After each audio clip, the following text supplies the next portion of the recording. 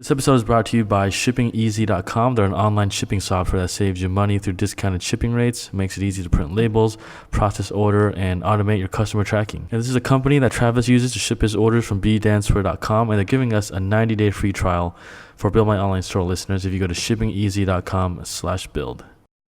All right, so ladies and gentlemen, we're back in the show. Terry Lynn here, Travis Marazziani, my co-host. We both were just at two conferences.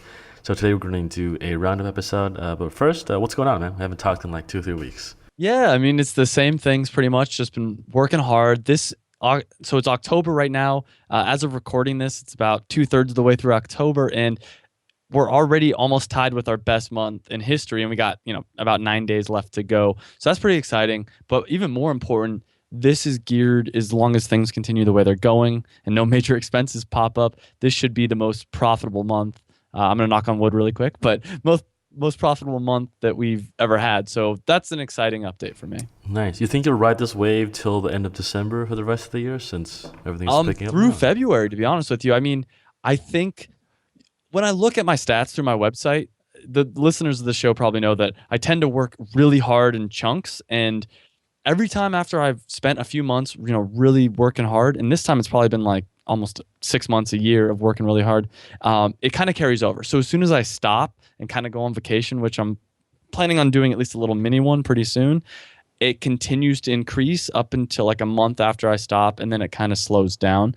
But in general, the flow of my business is October, November, December, January, February, March are all pretty good. So it should continue for a little while. There's like a momentum that kind of carries over. Yeah, when you're yeah, exactly. Yeah, gotcha, cool. Yeah, so for me, just at DCBKK, a lot more new people this year. This is my fourth one, so interesting to see the demographics change. And I guess the biggest thing is that you see people start to mature in their businesses now, like Dan and Ian sold their business, so they talked about that. But there's other people, that are having big exits too, and kind of the whole community, or like 2009, it was like 4-hour work week, but now it's like a lot more mature. People are building bigger teams and things like that too. So. Really interesting things. And I also met a couple listeners. Give a shout out. Derek over at Wave Tribe, Curie and Will, kind of longtime listeners that I finally got to meet after probably a year or two of emailing or Skyping with all of them. So nice to finally meet you guys. So let's just get into the takeaways first. Sounds good.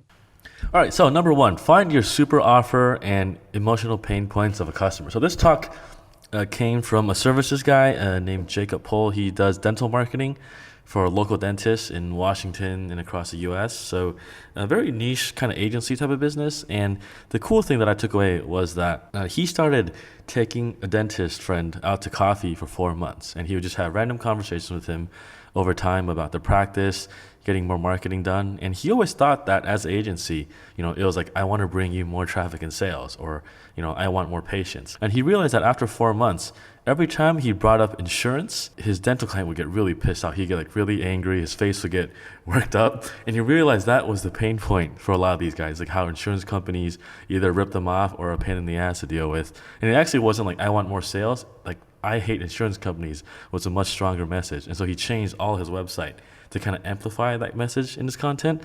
And he was saying it was like kind of like putting gasoline on a fire when you find the right pain point. And so it made me think like, all right, so like, as store owners, or as, when you sell dance clothing, like what's the pain point to find too? And sometimes it just takes a lot of conversation with your customers to figure this out. But once you figure it out, that's the kind of thing you got to hammer out on over and over Well, again. so wait a minute. So this guy actually sells marketing services, but he just has content around hating insurance companies, or does he sell insurance as well? No. So he sells marketing services like local SEO, AdWords, content for dentists, right? So dentists want to have a bigger practice, blah, blah, blah. But every time they brought up insurance, he would get really mad. Like as a dentist, to deal with insurance companies was something they hated, right? And so basically he changed his marketing on his agency side to how to deal with insurance companies, blah, blah, blah, so that whenever a dentist reads it, they get fired up. And then basically he doubled his business this past year, kind of doing this strategy and kind of changing his offer up a little bit too. Okay, so I just want to make sure I fully understand. Like people would come to the website, and they'd read about how bad insurance companies are, but what he's actually selling has nothing to do with that. Well, also like how to grow your dental practice, right? Like how to get repeat patients, things like that too.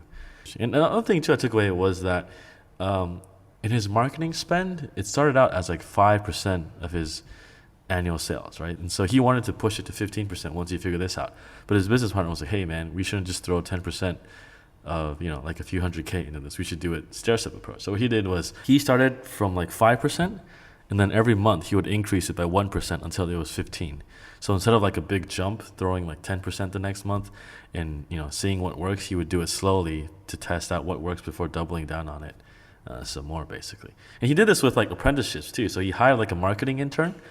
So instead of like, paying $1,500 a month right off the bat, he started with like 500 the first month, 1,000 the second month, and then 1,500 the third month. And then that was like the salary going forward too. Instead of doing like 1,500 off the first, second, and third month, you kind of save like, 1,500, 2,000 here or there too.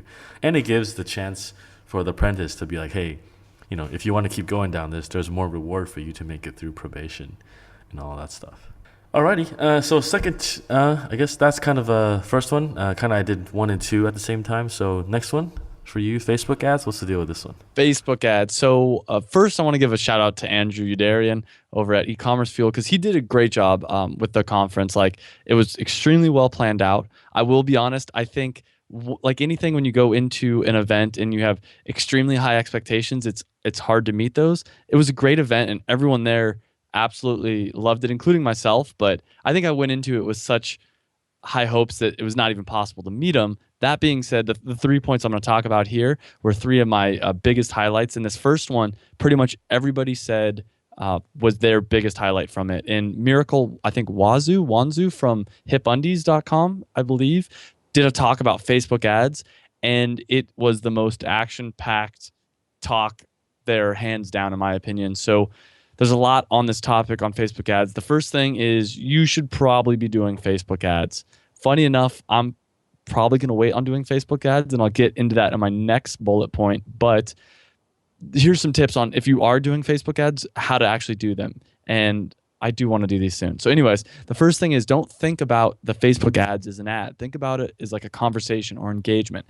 So when people are going through their feed, it's kind of like the jab, jab, jab, right hook. You want your ad to be a jab in the sense of you want it to look natural. So, I mean, still, it's going to be a little bit of a right hook, but for instance, it could be content. So I might do a Facebook post with a video of 7 ways to DIY your dance costume, or do a sponsored post on DIYing dance costumes and like have it something that people want to share and they want to like. Where currently what I've been doing is just putting like basically a banner ad saying bedancer.com, buy from me. And that's not the best way to use ads. So the next thing is Power Editor.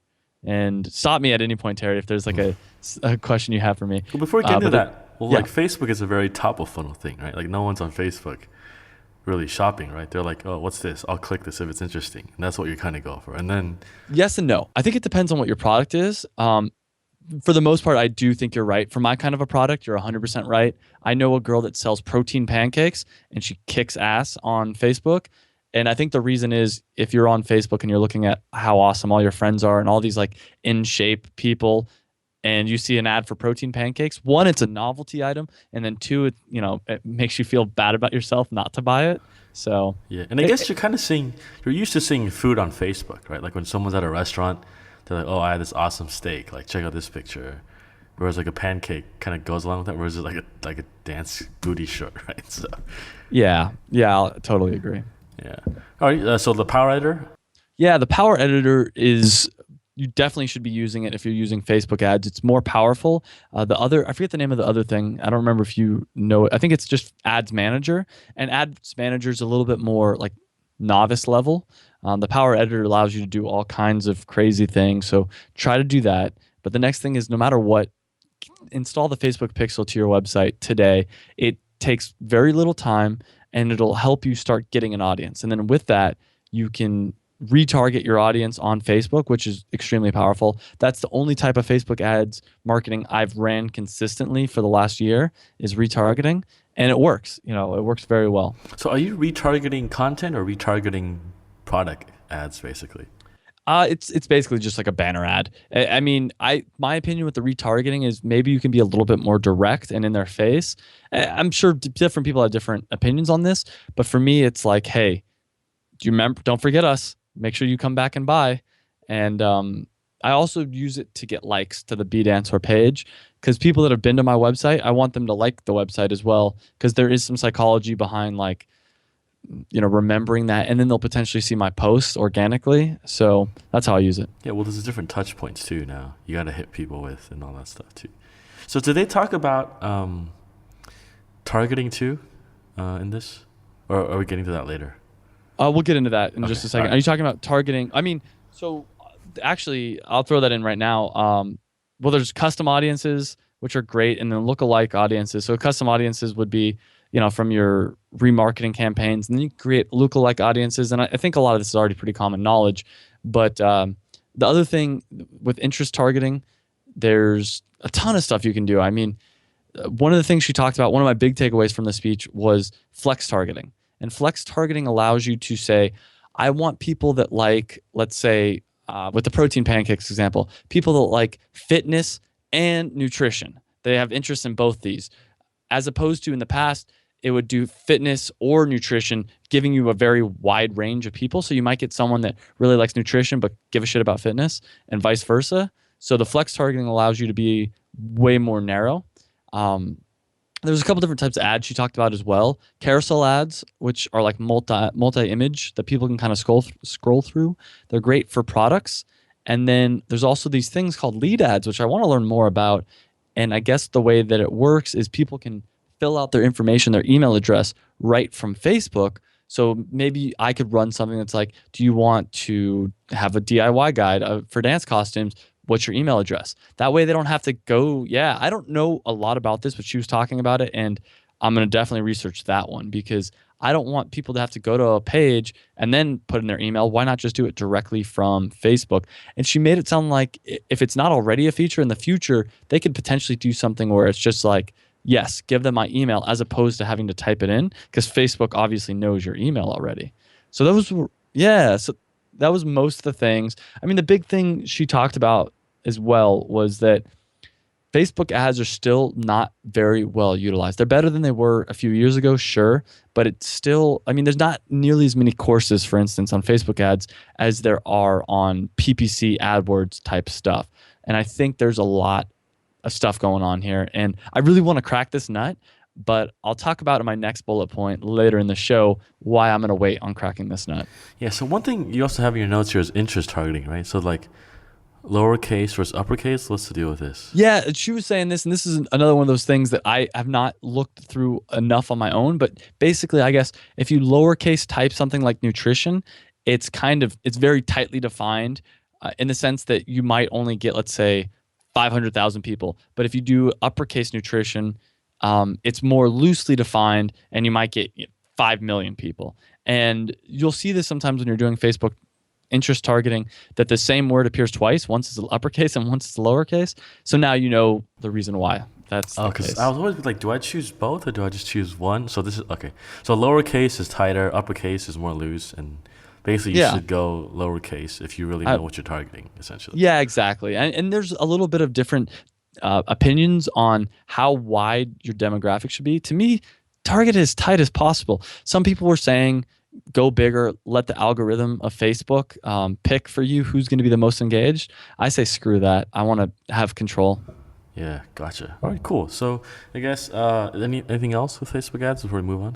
I think that's most of it. Yeah, I guess so. I guess number 4 for me, Rockstar VAs are getting paid more. This is kind of interesting one that I noticed. So I was talking to a couple guys that have, pretty big teams, like either like 5 to like 35 VAs, and they're saying, the ones that are rock stars that are managing other VAs, running their entire Amazon accounts, doing like, refunds, customer support, like they're paying them $1,500 a month, if not at least $1,000 for starting out ones. And because they're doing this because A, it keeps them from looking for other jobs, and also B, they already were pretty good. So some of them hired people through LinkedIn. So if you're looking for like a project manager, a lot of these agencies in the U.S., like in New York, they actually use outsourced project managers, either in the Vietnam or the Philippines. And these are not like your kind of your robot VAs that do this and that. They're kind of more advanced, kind of team leaders that can do this. And basically, you can just go on LinkedIn, search Manila, and then type the agency name, project manager, and then you'll have a list of like, the people that have it on the title, and then you can be like, hey, do you want to work from home and make the same amount of money, blah, blah, blah, right? So basically, kind of an interesting trend on how kind of the outsourced staff is getting more expensive now. And it depends on kind of what you're looking for. If you're looking for someone to just do like repetitive stuff, like, scraping emails, obviously you don't need to pay this much. But if you're looking for someone that can, do the emails, do the outreach for you, and also kind of do some customer support stuff on a, intelligent level, probably like, $400 a month is going to get you what you need. It's interesting because my VA, I have mixed feelings. Like sometimes she works really hard and she's extremely smart, but I feel like she's been lazy recently. I actually finally installed a thing where she has to clock in and clock out and it takes the screenshots. And I'm glad I did, because the first few weeks she was only working like 3 hours a day or something extremely low.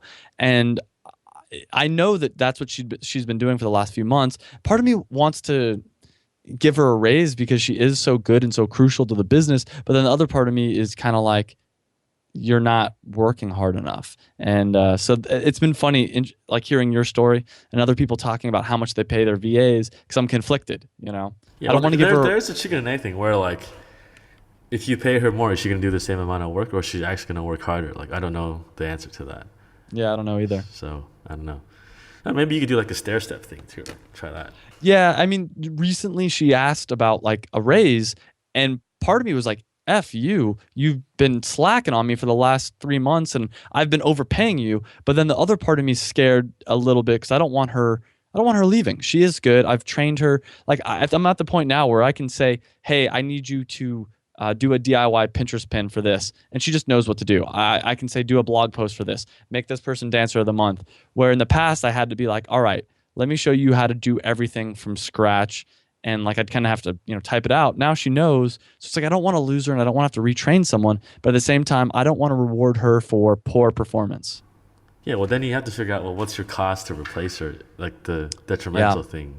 Well, if she does leave, how much does that cost you? And is that cheaper than paying her more, or which one is the easier one? I'm guessing it's probably paying her more, but how to map it with better performance is probably what.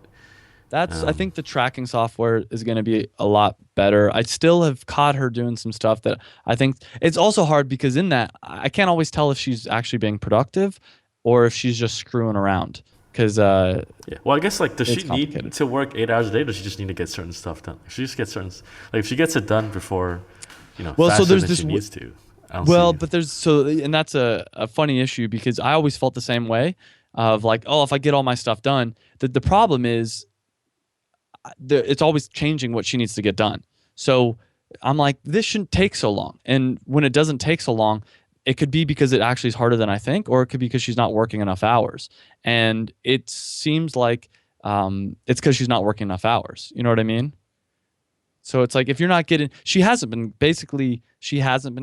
if she was getting enough done to convince me that she was working enough hours, I never would have got the tracking software. So that's why I gave her trust for so long. Was for a while she was getting enough done, but then I think she started to get a little greedy, to be honest, and was kind of like, I'm only going to work 2 hours. And I'm like, well, you can't get 8 hours worth of work done in 2 hours. Yeah, no, I don't know the situation, so I can't comment on that. So you'll have to figure that out. But I guess let's go to the next one. Hunting whales. So what's the deal with this? So this was probably the most impactful talk for me, and that's because I think it's the most crucial to my business. And hunting whales, so just to give a little bit of perspective, whales are your number one customers. Those are the people that buy $1,000 worth of stuff when everyone else is just buying $20 worth of stuff. And the talk, he was talking about bonobos, which is the jeans brand, but they also sell other types of clothing. And he said, an average customer might spend $100, but the whales would spend $26,000. And that was shocking to me. So they'd buy, their entire wardrobe. And those were the people that he wanted to target. So he talked about a lot of different stuff. And one of the ones that was really interesting and kind of counterintuitive was on your homepage, a lot of people want to have their best-selling items or their highest converting items or stuff like that. He said, no. You should put items on there that whales want. So for him at Bonobos, it was sports jackets. Chances are the what he called the minnows. There was minnows, fish, and the whales. The minnows are like the little people that just buy random stuff. They're probably buying the board shorts, and which is a best selling item. You know, a high or a high conversion rate on that. So the natural inclination would be to have the board shorts on there. But what he said is, wouldn't you rather get those really big people? And so why not put the sports jackets? Because the minnows, quote unquote, aren't buying sports jackets. The fish probably aren't buying sports jackets, but the whales definitely are. And It's funny you bring this. Someone brought up a similar article at DCBKK where they're talking about this VC. He wrote an article like 5 ways to build a $100 million business, but his analogy was like you have elephants, deers, rabbits, mice, and flies. So whereas like someone like Taylor Swift who sells all these CDs and sings all these concerts, she's hunting flies. So she's going with a scale game. But for like a B2B software sales guy, where each contract is like, 500K, you're hunting elephants. And it's kind of like the same way, whereas like that 1,000 true fans curve where you just kind of want to be on the short side, but on the high side too. So like one of the guys at DCBKK was like, yeah, he runs like a marketing agency and each client pays him like, 2,500 a month. And he only has like 60 clients, which is it's a good number, but 60 isn't that big of a number when you compare to like B2C stuff, right? And he's doing like 2 million a year, right? If you do the numbers, 2.5 times 60 people a month, it's like 100, 40K-ish, 50K-ish, and that's like, 2 million, and it's not that bad, right? Whereas like, and I realize that too, is like, if my wallets are like $40 each compared to like doing marketing services for the store, it's like, I need to sell like, an extra, 60 wallets per client for one person that I signed to do email marketing or content marketing for too. So kind of a similar tangent, I guess. yeah, so going off that, one of the things he was talking about was finding what channels the whales come from. So maybe most your sales come from organic traffic, but most of the whales actually are coming from Facebook or, CPC, PLAs, whatever it is. And a lot of the stuff I feel like when you hear people with a lot of experience talk about, there's some good nuggets in there, but at the same time, it doesn't work as well as they think. And the reason I say that is the statistical, the data is strong if you're a newer company. So for me, it's not necessarily statistically significant. Maybe I have 2 whales that come from one channel and 0 from another one, but that's just happens to be because in Google Analytics, you can look at this up to 90 days, and 90 days isn't a lot of data for a smaller company like mine. For bonobos, that's tons of data. It's multi-millions of dollars in that time frame. So that being said, I mean, I still think it can be very valuable and just look at how are they finding out about you. So maybe it's more of a in person or calling them and asking like, hey, how did you find out about me? And that's something I've been trying to do with dance studios is like, how did you find out about me? And it tends to be pretty much the same way everyone else finds out about me, which is Google. So I didn't get a ton out of that, but it was really exciting. And the idea that you can go into analytics and segment out the whales, it's something I think everyone should at least try. Maybe you'll find something surprising. I don't know. Yeah, it's like, when you go to order, just give them a call, like the quickest way, right? And just get to know them better too. Yeah, and so then the next thing was find out how long it takes between the first and the second purchase. And this isn't valid with all industries. I mean, wallets probably the first to second purchase is probably 5 years. But for me with dance clothing, whales probably purchase on a somewhat regular basis. It's probably every 3 months. I don't know for sure, and that's something I need to figure out. But the idea was if you know that after someone makes a $250 purchase, they're likely to have made another $250 purchase within 3 months. After 4 or 5 months to send them a coupon and saying, hey, don't forget about us. Make sure and come back and buy another thing. So I like that. But even more importantly, one of my biggest takeaways from this talk, and I know I've said that a lot, but this was a really strong one, was that handwritten notes are amazing. So he told this story about the quote-unquote best salesman. This guy's in the Guinness Book of World Records. He's the guy that would sell 250 cars at a dealership when the next highest person was selling 15 in a month. And what he said when interviewed, what made him such a great salesman, he said that a month after everyone buys from me, I send them a handwritten note thanking them. And that really stuck with me because how often have you bought something online, Terry, and gotten a handwritten note? Probably never. is my guess. Yeah. Nope, never. Yeah, Probably and never. Yeah. I know I never have. I mean, I remember one time bodybuilding.com, I ordered something and they forgot to add it in there. And then so I told them and they sent me a new replacement. They no questions asked. I could have been lying. I wasn't, but I could have been. And they sent me a handwritten note in the package that said, "I'm sorry about that. I hope you accept our gift." And I was like, "That's awesome." And it wasn't even a thank you note. It was just like a, "Hey, sorry about that." It was very casual. It would have meant so much more if a month later they put it in the mail and said, "I want to thank you again for trusting us. I know that we messed up your last order, but we really are here to serve you." I'd be like, "What? Like this is unreal." So my idea is that a month after anyone purchases, let's say $250 worth of stuff, I want to send them a handwritten note as personalized as possible. So maybe we say something like, "I hope you guys did great at your competition," or "I know little Hillary is doing so great out on there. She's so beautiful. Thank you for the picture," or whatever is personalized as possible. I want to send that to them. Another thing you could potentially send is free items. If like we have someone that bought $4,000 worth of stuff from us, it might not be a bad idea for us to be like, "Hey, here's our new convertible bra. What do you think about it? You guys should buy it next year," basically. Yeah, there's a marketing guy I went to like his workshop. He was saying he does this with his like B2B clients. Obviously, the price one's a little different, but he would, once he finds out like a CEO really likes like golf, after he signs with him for like 6 months or like Christmas, he'll mail him like a big Bertha golf club FedEx to his office. And the reason isn't that like the CEO likes it, but it's like when he gets it, he'll tell his friends like, "Oh my god, I got this golf set today in my office. It was awesome. Everyone in the office saw it, and he feels awesome when he opens this gift and awesome." And his friends are like, "Oh, who sent this to you?" "Oh, it's my marketing guy.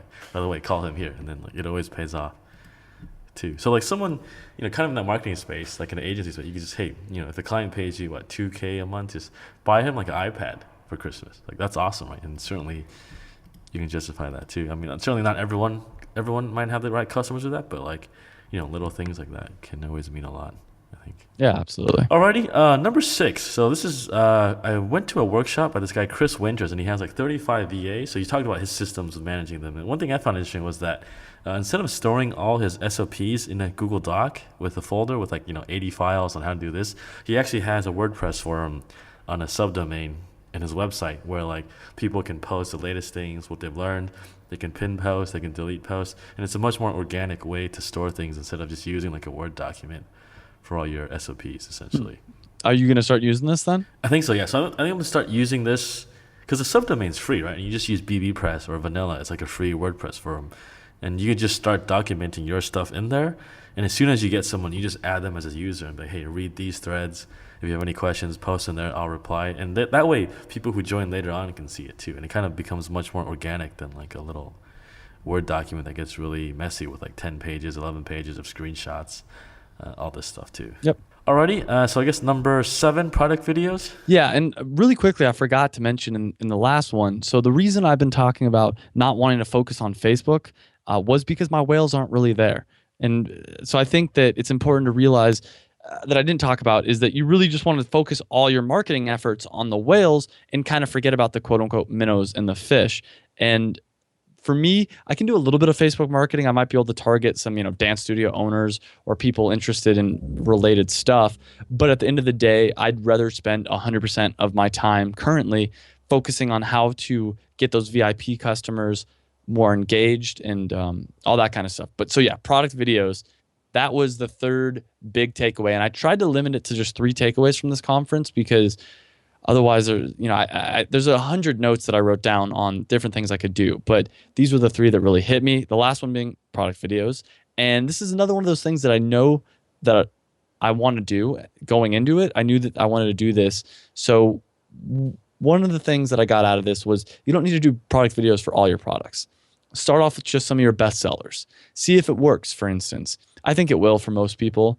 It connects you with the audience. It connects you with the future purchaser. There's all kinds of different things about it. But basically, people tend not to read long paragraphs. But if they can watch a video, be entertained, and it makes you more human, they're more likely to want to purchase your product. So you can do it for products, categories, the About Us page, and the FAQ page. And the FAQ page was one of the things I didn't think about because how cool is that? I mean, how often do you see FAQs that you're like, I'm not going to read this crap. But if it was a video, you might actually be willing to read it or watch it, I Yeah, guess. because you're in a learning mode to get information, right? In a video, like a how-to video, be a good place to put that.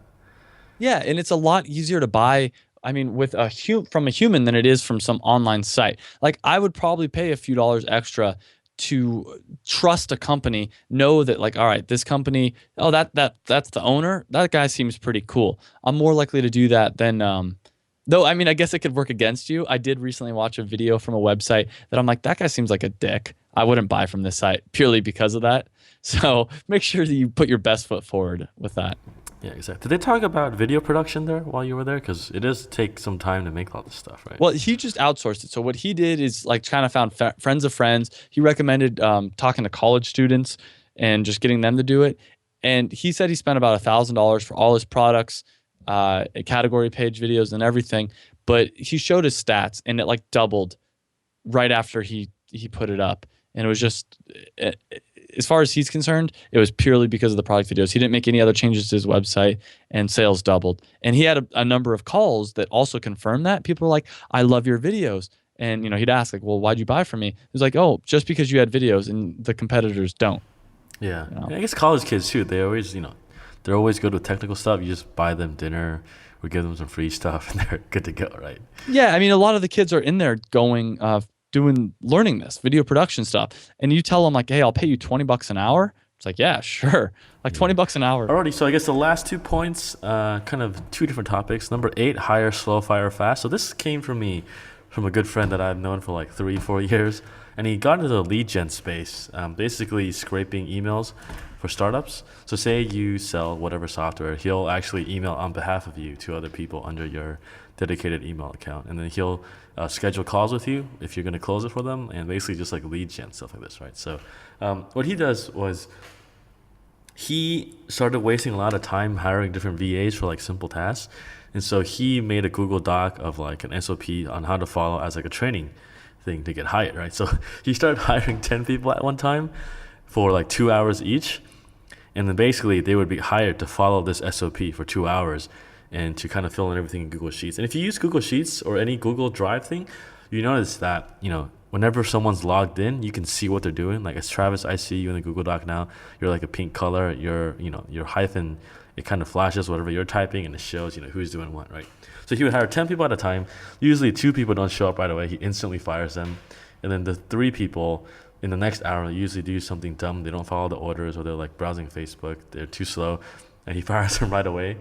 And by the time, at the end of the day, there's like 2 or 3 people that are actually pretty decent candidates. And then from there, it quickly goes through these candidates to see who's actually suitable. So instead of like interviewing 10 people at once where they're saying, hey, I can do this, I can do that, you actually just see what they do and how they actually perform, instead of wasting your own time on like different candidates. Do you tell them that they're competing, or do you just kind of keep that hidden so they really show their cards, kind of thing? No, he doesn't tell them. He just tells them, hey, follow this. And then, if they suck, he fires them right away. So it's almost like elegant and ruthless when we're talking about this, but it was a really good way to like go through candidates, especially if you're just doing like really kind of like repetitive stuff. Whereas I think if you're looking for like a team manager, you probably can't do this, but if you're just looking for someone to like scrape emails or, follow this thing over and over again, it's a pretty good way actually.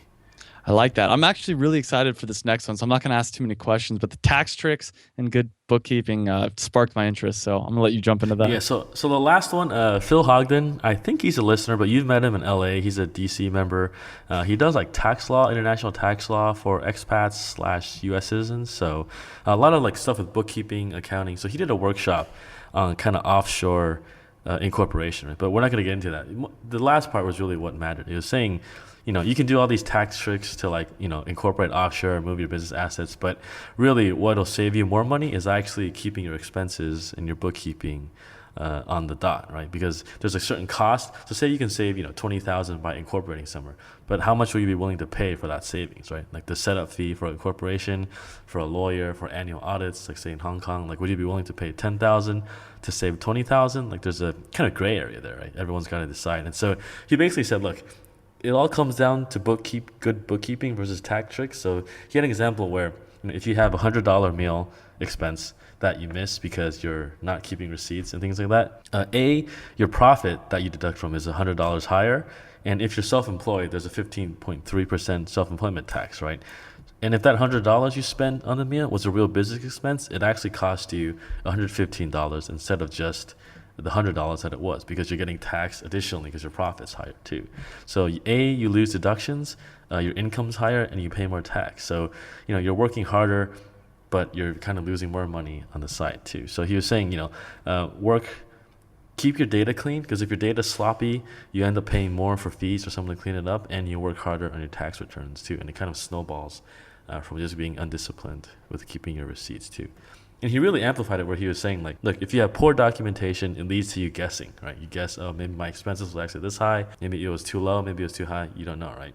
Basically, this risk leads to getting audited. I mean, maybe you won't get audited, but your risks are certainly higher if you're just guessing random numbers, right? Which leads to penalties, interest, and really it's like a low ROI activity too, if you're just kind of just dicking around like this. So he was saying, look, just get your stuff in order, dedicated bank account, credit cards, PayPal business accounts, never run your personal stuff through business accounts, get a bookkeeper ASAP, and use a phone to track your expense, or at least start taking pictures of all your receipts as like the bare minimum.